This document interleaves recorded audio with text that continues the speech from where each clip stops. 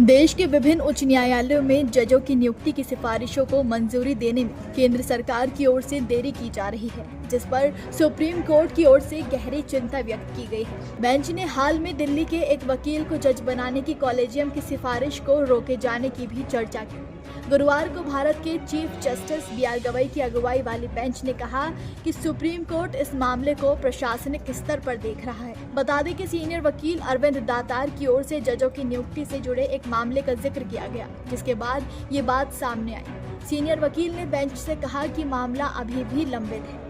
दातार ने कहा कि 2021 से 2022 में कुछ नामों की सिफारिश की गई थी, लेकिन अभी भी वो लंबित हैं। ये नाम 4 वर्ष से अटके हुए हैं, इससे उनकी वरिष्ठता कम हो जाएगी। दातार ने कहा कि कॉलेजियम की सिफारिश को सरकार को 3 से 4 साल तक लंबित नहीं रखना चाहिए। सरकार को समय सीमा का पालन करना होगा।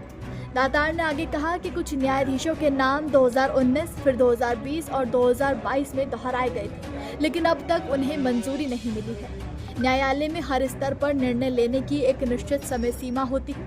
कुछ हफ्तों की देरी तो समझ में आती है, लेकिन 4 साल की देरी बिल्कुल भी समझ से परे है। सीजीआई की अगुवाई वाली बेंच इससे सहमत हुई और कहा कि वो मामले को न्यायिक निर्णय के लिए सूचीबद्ध करेगी। इससे लगता है कि अदालत ये देखेगी कि क्या सरकार की ओर से कॉलेजियम की सिफारिशों को मंजूरी देने में बेवजह की देरी की जा रही है। अगर ऐसा मामला है तो फिर सुप्रीम कोर्ट सरकार को समय सीमा के पालन करने का निर्देश दे सकती है। ये मामला इसलिए महत्वपूर्ण है क्योंकि जजों की नियुक्ति में देरी से न्यायिक प्रक्रिया के पालन में देरी होती है। अगर जजों के पद खाली पड़े रहेंगे तो अदालतों में लंबित मामलों का बैकलॉग बढ़ता जाएगा। नमस्कार, मैं हूं मानक गुप्ता।